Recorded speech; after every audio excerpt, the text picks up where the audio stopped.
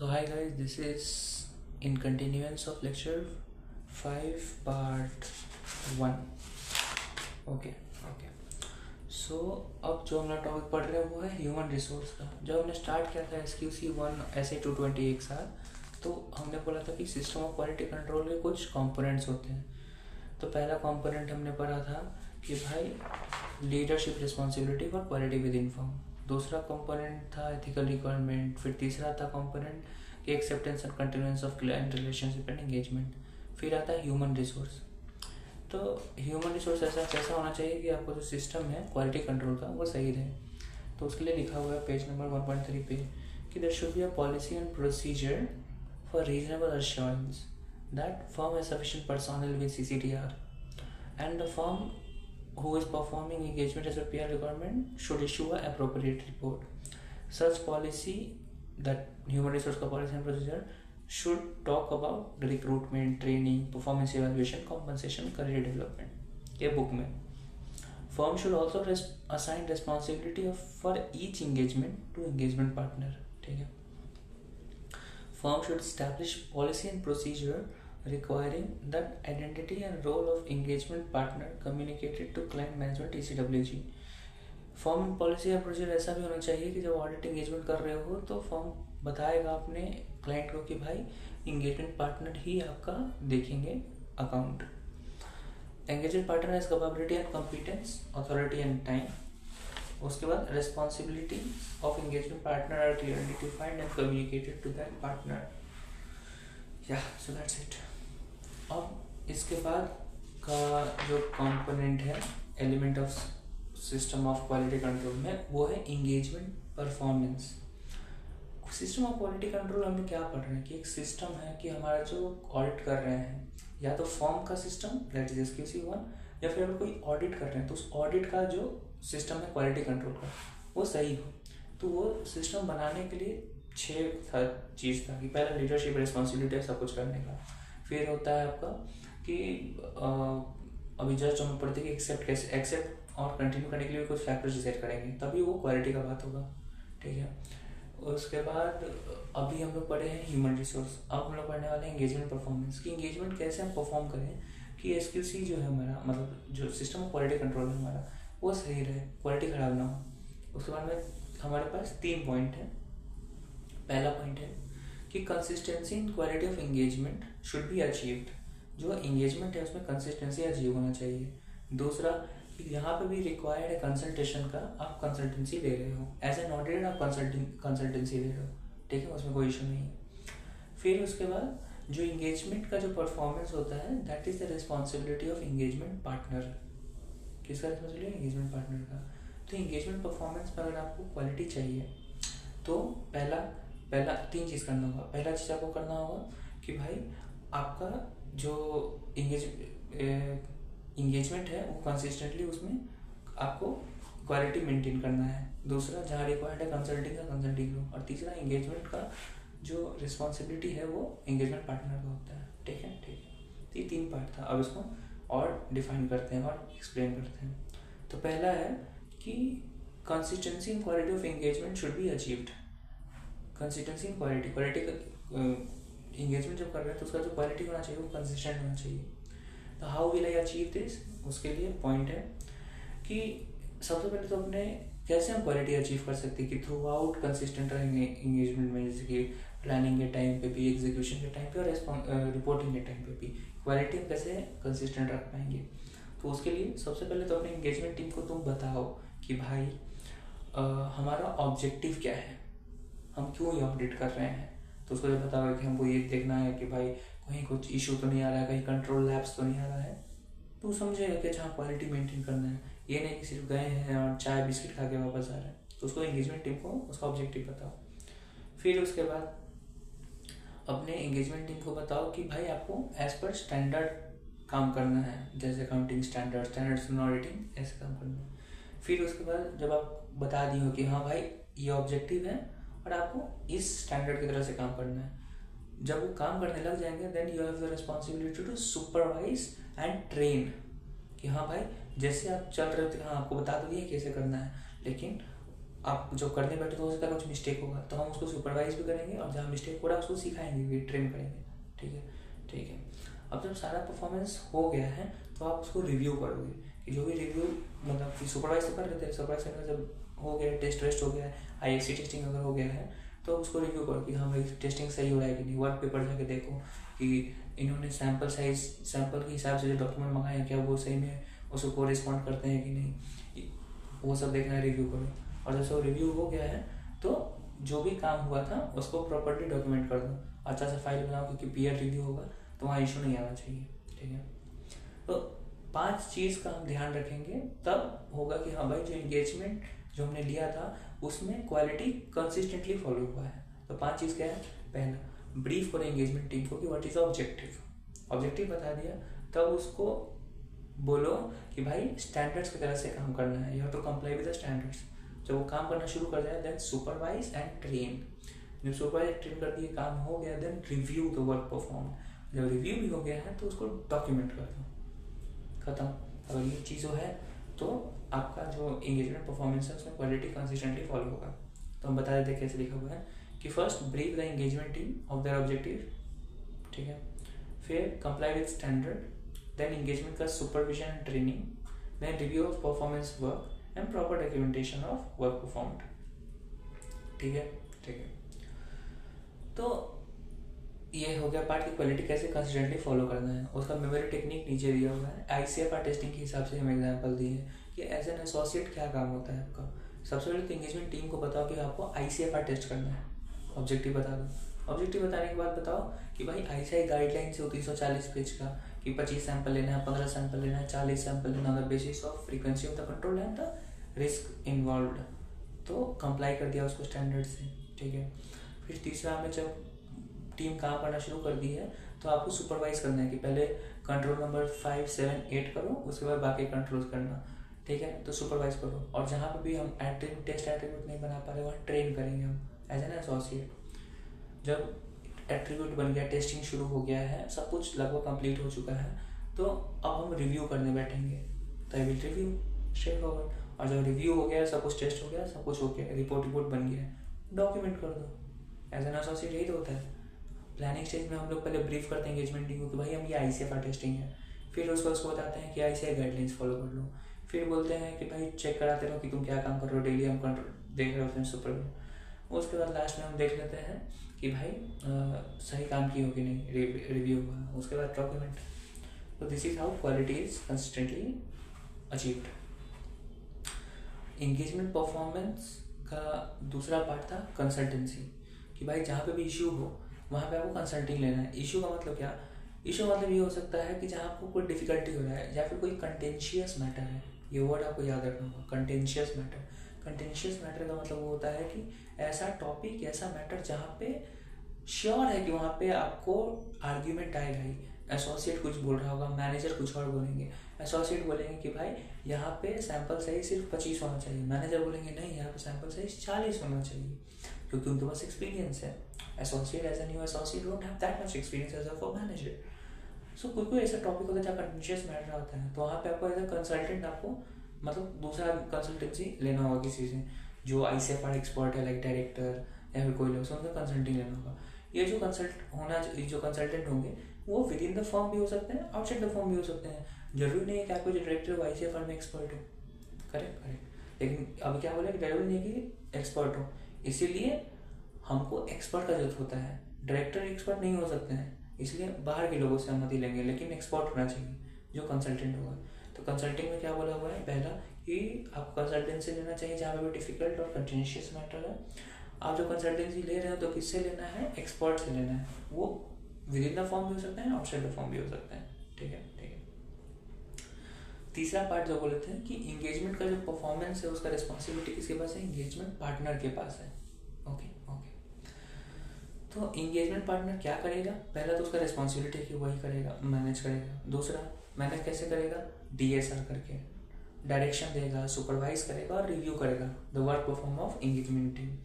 उसके बाद जहाँ पे डिफिकल्ट या फिर नेक्स्ट सेकेंड जब DSR कर दिया, मतलब डायरेक्शन दे दिया कि आपको क्या क्या करना है, कौन से प्रोसीजर लगाने हैं, कौन सा एविडेंस चाहिए और क्या कंक्लूजन होगा। सुपरवाइज भी कर रहे हैं कि कैसे कैसे करना है और रिव्यू भी कर रहे हैं।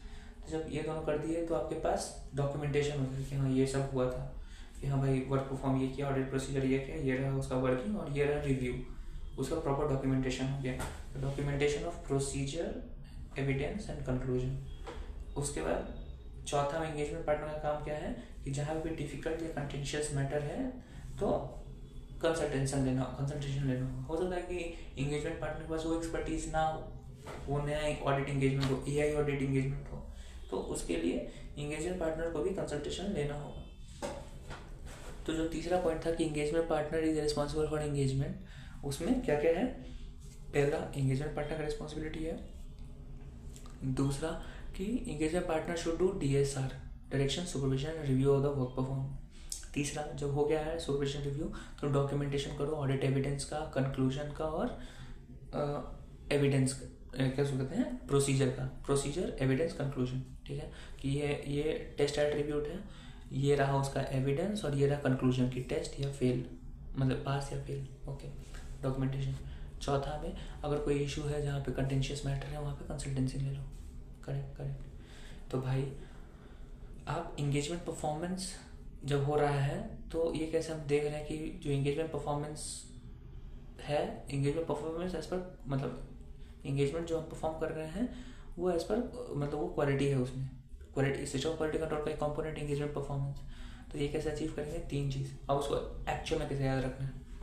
पहला, इंगेजमेंट पार्टनर का रिस्पॉन्सिबिलिटी होता है इंगेजमेंट को परफॉर्म कराना एज पर क्वालिटी। ठीक है, उसमें कितना बात है कि DSR करेगा, और एक तो एंगेजमेंट रिस्पॉन्सिबिलिटी है, DSR करेगा, डॉक्यूमेंट बनाएगा और उसके बाद कंटेंशियस मैटर पे कंसल्टेंट का हेल्प लेगा। दूसरा में क्या बोल रहा है कि एंगेजमेंट पार्टनर का रिस्पॉन्सिबिलिटी है। सेकंड में एंगेजमेंट परफॉर्मेंस होगा कैसे? पहला चीज़, ब्रीफ करो टीम को ऑब्जेक्टिव के ऊपर, फिर उसके बाद उसको बताओ कि ICI गाइडलाइंस देखना, स्टैंडर्ड कंप्लायंस विद स्टैंडर्ड्स। फिर उसके बाद उसको ट्रेन करो, सुपरवाइज करो, जो अभी हम पहले ही पार्ट में बोले थे कि DSR करना है, वो भी इसी में, ट्रेन सुपरवाइज करो। उसके बाद जब सुपरवाइज कर दी तो रिव्यू करो और उसके बाद लास्ट में डॉक्यूमेंट कर दो। तीसरा में बात बोला हुआ है कि जहाँ भी कंटेंशियस मैटर है वहाँ कंसल्टेंट को बुलाओ। अगर ये तीनों चीज़ है तो आपका जो एंगेजमेंट परफॉर्मेंस है उसमें क्वालिटी अचीव होगा। डन। ठीक है, अब आता है क्या, what is the time, 13।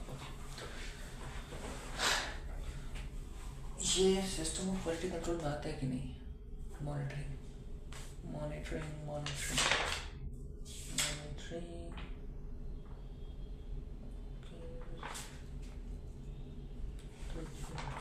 Okay, तो अब एक टॉपिक आता है, उस टॉपिक में है, ये टॉपिक है तुम्हारे इसी चीज़ का, एंगेजमेंट परफॉर्मेंस के अंदर आ रहा है। उसमें एक क्वेश्चन नंबर 8 है इसके ऊपर, वो देख सकते हो। तो क्वेश्चन क्या है कि अगर टॉपिक है मतलब अगर तुम्हारा जूनियर काम कर रहा है तो जब उसके काम का हम रिव्यू कर रहे होते हैं ना, तो हमारे पास क्या क्या फैक्टर्स मेरे दिमाग में होना चाहिए at the time of reviewing, क्या क्या मेरे दिमाग में बात होनी चाहिए कि हाँ ये ऐसे होना चाहिए था, हमको ये पार्ट उसका चेक करना है कि हाँ पार्ट A वो लोग ठीक से चेक किया है, पार्ट B ठीक से चेक किया है, पार्ट C ठीक से चेक किया है, ये सब दिमाग में पहले से होना चाहिए। तो what is the consideration to be given by reviewer while reviewing the work of less experienced member of engagement team? Like अगर ट्रेनिंग 3 है तो अगर मैं ट्रेनिंग 1 का अगर काम रिव्यू कर रहा हूँ तो मेरे पास दिमाग में क्या क्या होना चाहिए? अगर हमारे एसोसिएट हम लोग का काम देख रहे हैं तो उनके दिमाग में क्या होना चाहिए? अगर डायरेक्टर कुछ काम देख रहे हैं हम लोगों का तो उनके दिमाग में क्या क्या होना चाहिए? तो उसका पॉइंट है। तो पहला, सीनियर का काम क्या है कि चेक करो PRL रिक्वायरमेंट मीट हुआ है कि नहीं, जूनियर मीट किया है कि नहीं, जो प्रोफेशनल, रेगुलेटरी और लीगल रिक्वायरमेंट है कि हाँ भाई ये कहीं इधर उधर डेटा नहीं भेज दिया ऑडिट प्रोसीजर कराने के लिए, जैसे कि कोई खाली था बैठा हुआ तुम्हारे टीम में, उसको दे दिया, क्लाइंट कॉन्फिडेंशियलिटी खराब हो जाएगा। तो PRL रिक्वायरमेंट मीट किया कि नहीं, ठीक है। उसके बाद अगर कुछ इशू तुम फेस कर रहे हो एज एन रिव्यूअर कि हाँ भाई मेरे पास भी आइडिया नहीं ठीक से, लाइक फॉर एग्जाम्पल प्रोविजन बनाया वो लोग, वहाँ कन्फ्यूजन हो रहा है, तो एज ए रिव्यूअर अगर तुम कन्फ्यूज हो रहे हो तो तुम क्या करोगे कि तुम कंसल्टेंट को बुलाओगे। ठीक है, सिग्निफिकेंट मैटर आज रेज फॉर कंसिडरेशन, अपने सीनियर को तुम बोलोगे, हम ट्रेनिंग करेंगे, हम अपने एसोसिएट को बोलेंगे कि भाई आप देखो, अगर एसोसिएट भी अगर नहीं हो पा रहा है तो हम लोग अप्रोप्रिएट कंसल्टेंशन लेंगे। ठीक है कि भाई इसमें क्या होना चाहिए था। ठीक है, ईजी। पहला क्या हुआ, जूनियर का काम हम देखें कि पीआर रिक्वायरमेंट तो मीट कर रहा है कि नहीं, हम अपने लेवल पे देख लिए। फिर हमको बताया कि भाई ऐसे इशू आ रहा है, तो हम बोले भाई हमको ही समझ नहीं आ रहा, तो हम क्या करेंगे, जो ये मैटर है उसको हम अपने सीनियर को मैसेज कर देंगे टीम पे कि भाई एक इशू है, तो सिग्नल मैटर्स आर रेस्ड। जब मैटर रेस कर दिए हैं तब कंसल्टेशन लेंगे, हम अपने एसोसिएट से लेंगे। कंसल्टेशन तो एक्सपर्ट से ले सकते हैं ना, within the firm outside the firm, will take consultation. After consultation हम लोग क्या करेंगे कि उस कंसल्टेशन जो बोले कि हाँ प्रोविजन कैसे चेक कर सकते हो, तो उसको लिख लो एक जगह पे, डॉक्यूमेंट कर लो और उसको चेक करो, ऐसे तो इम्प्लीमेंट करो।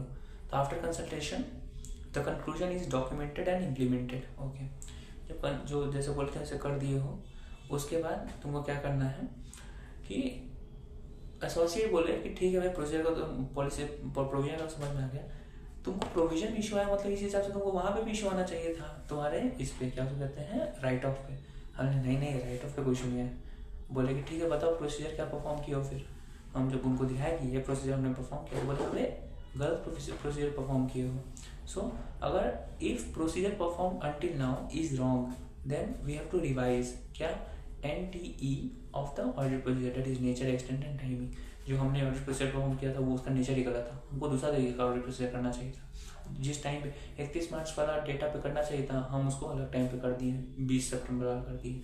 और जितना ज़्यादा, जैसे 25 सैंपल लिए, वो 40 सैंपल लेना था, तो एक्सटेंट भी हमको चेंज करना होगा।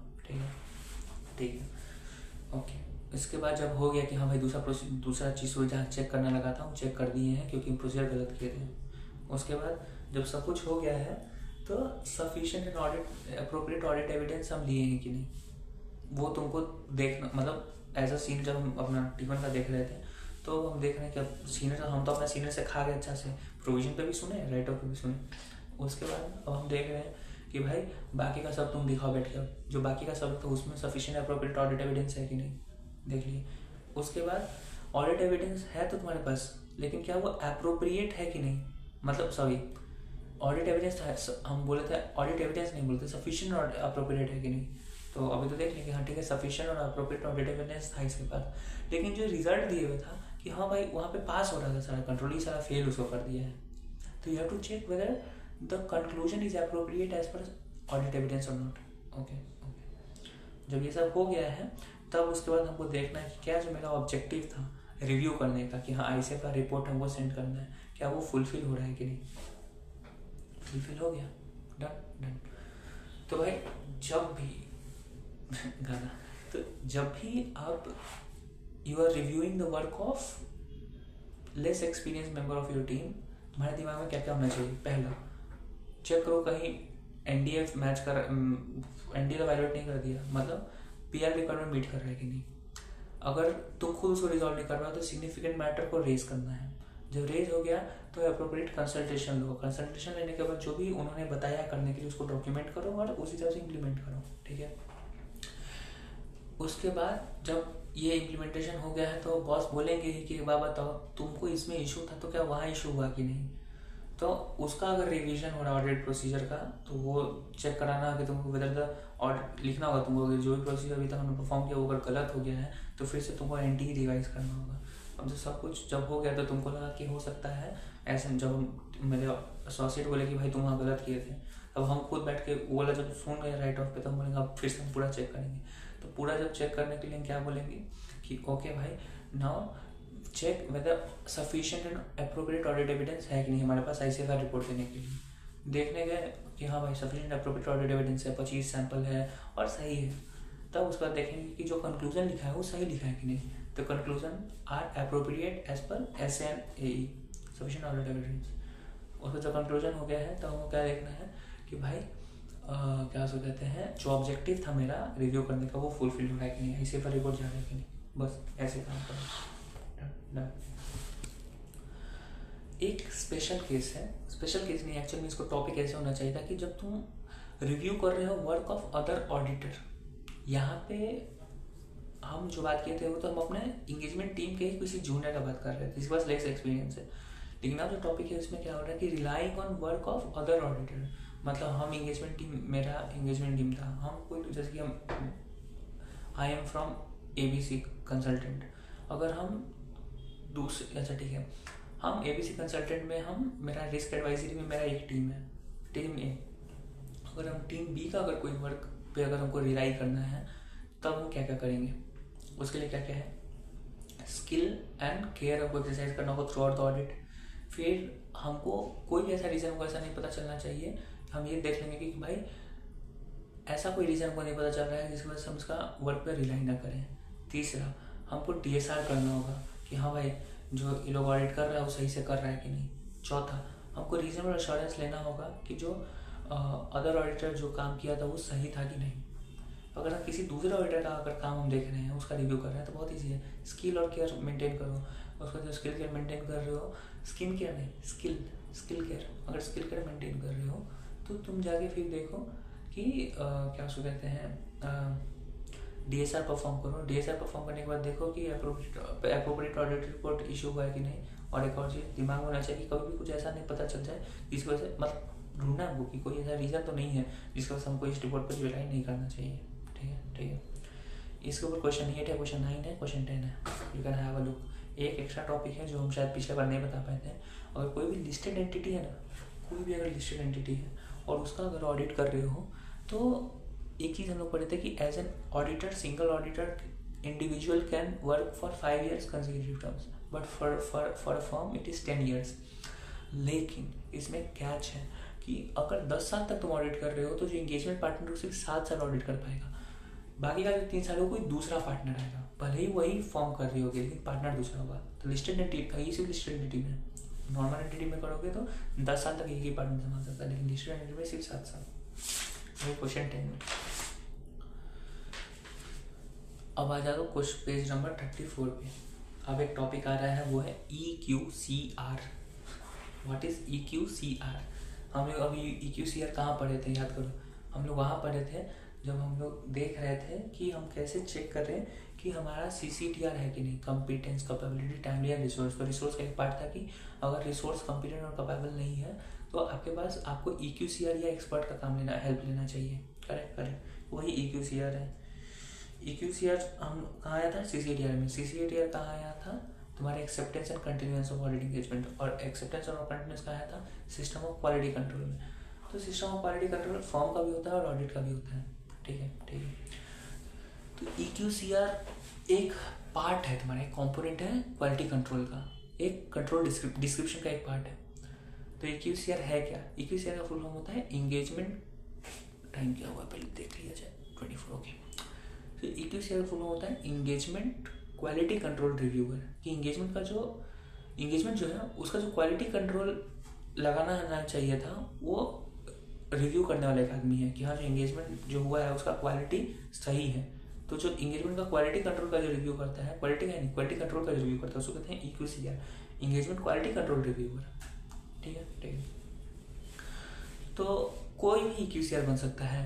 EQCR का मतलब नाम से तुमको लग रहा है कि क्वालिटी कंट्रोल का रिव्यू करने वाला है, तो भाई अगर कोई क्वालिटी देखने वाला आदमी आ रहा है तो मतलब उसके पास ऑडिट का एक्सपीरियंस होना चाहिए कि ऑडिट कैसे होता है। अगर हमको डायरेक्टर बनना है, जैसे कि अच्छा ठीक है, हमको अगर जज बनना है तो हमको पहले लॉयर बनना होगा 10 साल के लिए, तो तभी तो जज की तरह हम समझ पाएंगे कि अच्छा लॉयर चाहता क्या है, क्योंकि हम पहले खुद लॉयर थे। करेक्ट। कैसे लॉयर परफॉर्म करेगा हमको पहले पता चल जाएगा। तो EQCR बहुत बड़ा ओहदा है, ऑडिटर के भी ऊपर का तुम्हारा पोजीशन है। तो EQCR कौन बन सकता है? EQCR 2 तरीके का आदमी बन सकता है, या तो पार्टनर या फिर कोई भी आदमी विद इन द फॉर्म, लेकिन उसके पास CA मेंबरशिप होना चाहिए। ठीक है। दूसरा, क्वालिफाइड एक्सटर्नल पर्सन और team of individual with experience and authority.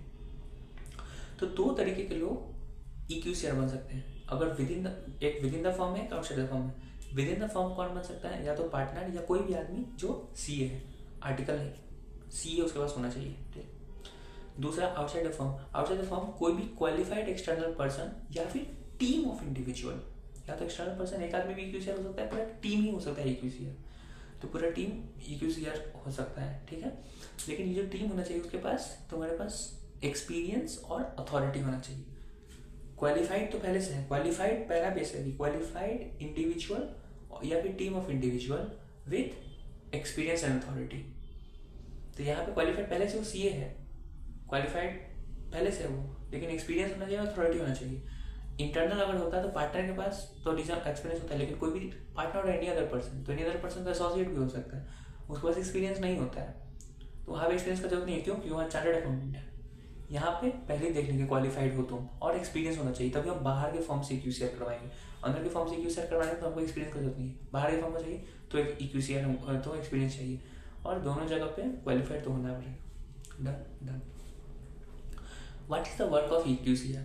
अरे भाई क्वालिटी कंट्रोल टेस्ट करना, एक लाइन में लिख सकते हैं, क्या लिखा हुआ है? To objectively evaluate. एक ऑब्जेक्ट मेरे दिमाग में होना चाहिए कि हम ऑब्जेक्टिव होना चाहिए मेरे दिमाग में कि क्यों हम इसका रिव्यू कर रहे हैं। मेरा ऑब्जेक्टिव ये है कि इसका जो क्वालिटी कंट्रोल है ना वो सही है गलत है वो चेक करना। To objectively evaluate the significant judgment that engagement team made. पहला, एंगेजमेंट टीम जो भी जजमेंट लिया कि हाँ भाई इसमें क्वालिफाइड कर दो या फिर ये सही है, इसमें कोई इशू नहीं है, ये जो जजमेंट है उसको ऑब्जेक्टिवली इवैल्यूएट करना। और किसको ऑब्जेक्टिवली इवैल्यूएट करना है? कि जो जजमेंट वो लोग लिया और उस जजमेंट की वजह से जो कंक्लूजन हुआ। पहला जजमेंट कि भाई हमको सैंपल साइज सिर्फ 50 चाहिए, तो उस जजमेंट का ऑब्जेक्टिवली इवैल्यूएशन, और उस सैंपल पे जो ऑडिट प्रोसीजर वो लगाया और उसका जो कंक्लूजन आया उसको भी ऑब्जेक्टिवली इवैल्यूएट करना। तो EQCR का काम है दो चीज चेक करना ऑब्जेक्टिवली।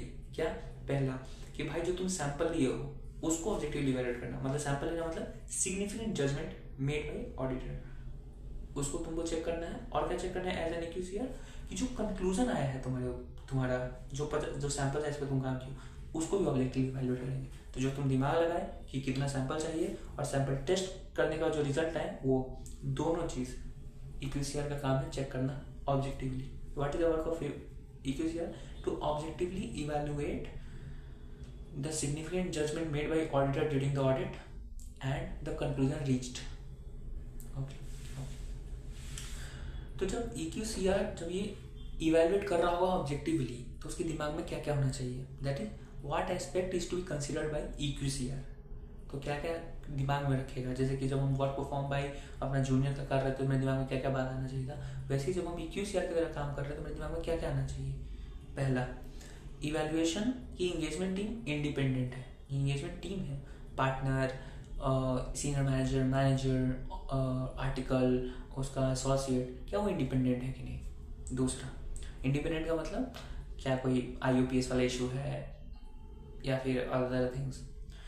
दूसरा पार्ट हमको और क्या दिमाग में होना चाहिए EQCR की तरह काम कर रहे तो significant risk identified and response to such risk. Objective हमारा क्या था? चेक करना पहला कि सिग्निफिकेंट जजमेंट क्या ले रहे लोग, तो जजमेंट जो लिया है उसमें क्या क्या रिस्क है लोगों का, मतलब वो लोग क्या क्या रिस्क ढूंढा कि अच्छा इस रिस्क वजह से हम सैंपल साइज 50 कर रहे हैं, तो significant risk identified and response to such risk. हम आइडेंटिफाई किए कि भाई एरिया में इशू हो सकता है इसलिए सैंपल साइज 50, इस एरिया में रिस्क कम होना चाहिए तो सैंपल साइज 20।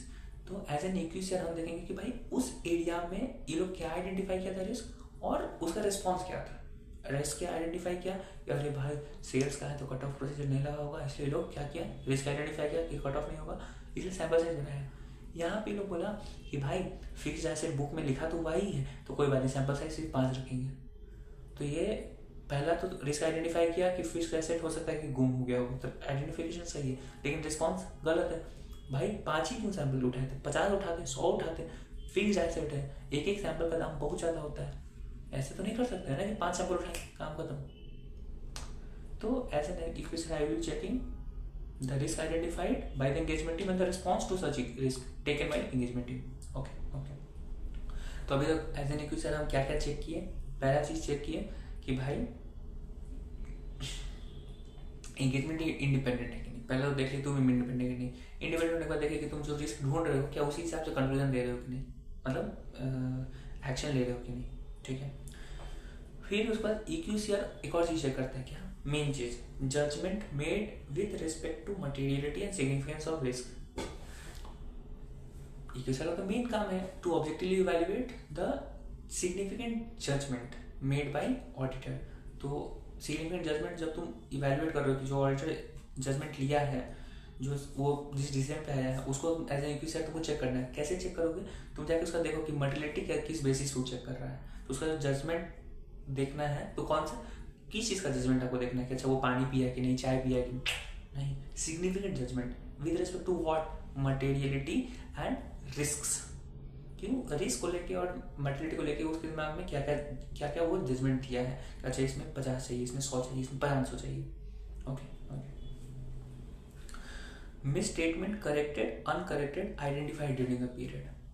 EQCR एक और चीज़ करता है क्या कि भाई जो मिस स्टेटमेंट ऑडिटर को मिला था कि हाँ भाई यहाँ गलती है, तो वो भले ही करेक्ट कर दिया थोड़ा तुम्हारा क्लाइंट, तो वो भी EQCR चेक करेगा कि भाई ऑडिटर इस बात को उसको बताया क्योंकि मिस स्टेटमेंट यहाँ पे है, मतलब अच्छा ठीक बता भी दिया, तो करेक्ट कैसे हुआ। हो सकता है कि पिछला साल का कोई रिवर्सल ये लोग कर रहा था इसका क्या कहते हैं, प्रोविजन फॉर बैड डेट्स, क्योंकि पैसा मिल गया है, तो करेक्ट कैसे किया क्लाइंट नहीं कर सकता था क्योंकि कोई पैसा आया ही नहीं, तो वो भी तुमको चेक करना होगा। भले ही इंगेजमेंट टीम बोल सकता भाई हमने बताया था मिस स्टेटमेंट, उन्होंने बोला था करेक्ट कर दिया, लेकिन as an auditor you have to check whether correct हुआ कि नहीं। तो EQCR ये भी चेक करेगा कि whether misstatement even corrected, वो चेक करेगा। अगर अनकरेक्टेड है तो EQCR देखेगा ही। ठीक है ठीक है। उसके बाद EQCR ये भी देखेगा कि अगर कोई डिफिकल्ट या कंटेंशियस मैटर था, क्या उसके ऊपर इंगेजमेंट टीम कंसल्टिंग लिया है कि नहीं। कंसल्टेंसी लेना बहुत जरूरी है भाई। कभी भी अपना दिमाग अगर पूरा नहीं लग रहा है ऑडिटर, तुम ये नहीं छोड़ सकते कि ठीक है नहीं समझ आ रहा है छोड़ देते हैं, नहीं, कंसल्टिंग लो, क्योंकि तुम ऑडिट कर रहे हो, तुम्हारा स्टेक होल्डर्स तुम्हारे ऑडिट रिपोर्ट पे विश्वास करेगा। ठीक है, तो तुमको कंसल्टेंसी लेना होता है। As an EQCR you have to check whether consultancy was taken on difficult and contentious matter और नॉट। ठीक है ठीक है। और जो भी इम्पोर्टेंट मैटर था वो क्या इंगेजमेंट टीम कम्युनिकेट किया मैनेजमेंट और DCWG को। ऐसा तो नहीं कि कुछ बात सीधा सिर्फ रिपोर्ट में लिखा है, कम्युनिकेट किया ही नहीं, बेमतलब बाद में मैटर होगा। Correct correct. तो एज एन EQCR क्या क्या तुम्हारा काम है, पहले समझ लो कि तुम EQCR बने क्यों हो। तुमको क्यों इसलिए बने हो क्योंकि तुमको ऑब्जेक्टिव इवैल्यूएट करना है उसका जजमेंट को और उसका कंक्लूजन को, दो चीज़ को। कैसे तुम चेक करोगे, बहुत ईजी है। पहले देख लो कि जो टीम वो इंडिपेंडेंट है कि नहीं। सर टीम इंडिपेंडेंट है। फिर उसके बाद देखो कि जो टीम है वो आइडेंटिफाई किया है कि नहीं रिस्क, और रिस्क आइडेंटिफाई करने के बाद ठीक से एक्शन लिया है कि नहीं। ठीक है भाई, रिस्क ले लिया, रिस्क आइडेंटिफाई भी कर रहा है, एक्शन भी ले रहा है, ठीक है ले लिया। उसके बाद तुम सिग्निफिकेंट जो जजमेंट ऑडिटर ले रहा है, तो एज एन EQCR तुमको चेक करना होगा कि what is the significant judgment made by auditor with respect to materiality and risk, significant risk. जब ये भी देख लिए तब तुमको क्या देखना है कि भाई as a EQCR you have to check significant judgment हमने देख लिया, इंडिपेंडेंट है वो। और इंडिपेंडेंट होने के बाद हमने ये भी देखा था कि सिग्निफिकेंट रिस्क आइडेंटिफाई हो जाते हैं। फिर एक बार देखना है मिस स्टेटमेंट जो ऑडिटर ढूंढा था वो करेक्ट हुआ था, कैसे हुआ था, या फिर अनकरेक्टेड रह गया। इसके बाद अगर जहाँ पे कंसल्टेंसी लेना चाहिए था तो क्या इंगेजमेंट टीम लिया है कि नहीं। और जहाँ भी सिग्निफिकेंट जहाँ पे भी कम्युनिकेशन करना था TCWG के साथ एज पर ऐसे 260 हुआ है कि नहीं। ठीक है ठीक है। तो EQCR ये सब काम करता है। कैसे याद रखेंगे, उसका टेक्निक दी है कि अगर EQCR ये सोच के ऑडिट करेगा कि इंगेजमेंट टीम इंडिपेंडेंट नहीं है, और अगर इंडिपेंडेंट नहीं होगा तो सिग्निफिकेंट रिस्क है। सिग्निफिकेंट रिस्क का मतलब, सिग्निफिकेंट मतलब मटेरियलिटी को लेकर इशू होगा, और रिस्क को लेके होगा कि भाई क्या उसको कहते हैं मिस स्टेटमेंट होगा। ठीक है। और अगर मिस स्टेटमेंट होगा तो क्या कंसल्टिंग लिया है कि नहीं, और मैनेजमेंट TCWG को बताया है कि नहीं। ये तरीका है याद करने का। EQCR ये सोच के चलता है कि इंडिपेंडेंस है कि नहीं, इसलिए चेक करता है whether the engagement team is independent और नॉट। इंडिपेंडेंस चेक करने का तो उसको क्या, हर लोग अब नेगेटिव सोचो तभी तुम प्रोसीजर बना पाओगे कि EQCR को करना क्या है। प्रोसीजर कैसे बनता है, रिस्क को देख के। तो रिस्क देखो, तो पहले इंगेजमेंट पार्टनर तो EQCR सोच रहा है the risk may be that engagement team is not independent. Check whether engagement team is independent. Second risk क्या, कि अगर इंडिपेंडेंट नहीं होगा हमारा टीम, therefore significant risk. तो देखो significant risk and response identified by the audit. Significant risk and response identified and done by auditor. Significant और risk है, तो सिग्निफिकेंट से दिमाग में हो सकता है नया प्रोसीजर जो बनेगा वो क्या कि नया रिस्क हो सकता है कि इसका जो मटेरियलिटी के लिए जजमेंट लिया होगा वो सिग्निफिकेंट मटेरियल तो सिग्निफिकेंट को लेकर रिलेटेड है, तो वो गलत हो सकता है। तो तुम्हारे दिमाग में होना चाहिए कि as an EQCR you will check the judgment made by auditor with respect to materiality and risks. Okay okay. फिर रिस्क से लेके क्या है, रिस्क अगर दिमाग में है तो मतलब रिस्क किस चीज़ का होता है, मिस स्टेटमेंट का। तो मिस स्टेटमेंट के बारे में जाके देखो कि मिस स्टेटमेंट करेक्टेड है अनकरेक्टेड, वो देखो, ठीक है। अगर मिस स्टेटमेंट था तो जाके देखो कि क्या कंसल्टेंट का ये लोग एक्सपीरियंस कंसल्टिंग लिया कि नहीं, ओके। वो लेने के बाद उसके बाद देख लो इसका लास्ट का चीज़ कि हाँ भाई कम्युनिकेट किया कि नहीं टीचर के साथ, बस। Easy easy. इक्वेशियर कौन होता है, इंटरनल हो सकता है एक्सटर्नल हो सकता है। इंटरनल होगा तो दोनों जगह क्वालिफाइड होना चाहिए, लेकिन इंटरनल में एक्सपीरियंस नॉट नेसेसरी, लेकिन एक्सटर्नल में एक्सपीरियंस अथॉरिटीज नेसेसरी। क्या काम है, व्हाट इज ऑब्जेक्टिव ऑफ इक्वेशियर, objectively evaluate judgement conclusion. How will you check, आराम से इंडिपेंडेंसी चेक करो, फिर उसके बाद उसका सिग्निफिकेंट रिस्क जो आइडेंटिफाई हुआ है कि नहीं और रिस्पॉन्स लिया है कि नहीं। उसके बाद जाके देखो कि इसका जजमेंट क्या था ऑडिटर का, सही है कि नहीं विद रिस्पेक्ट टू मर्टिलिटी एंड मर्टिलिटी और एक और चीज़ था रिस्क, सिग्निफिकेंट रिस्क। उसके बाद जाके देखो कि जो मिस स्टेटमेंट ये लोग आइडेंटिफाई किया था वो करेक्ट अनकरेक्टनेस हुआ कि नहीं। फिर उसके बाद कंसल्टेंट देखो कि कंसल्टिंग लिया कि नहीं जहाँ पे जरूरत था। उसके बाद मैटर कम्युनिकेट हुआ है कि नहीं मैनेजमेंट ने टीचर कीजिए, बस। Question number 7 is homework. This is lecture 5.1।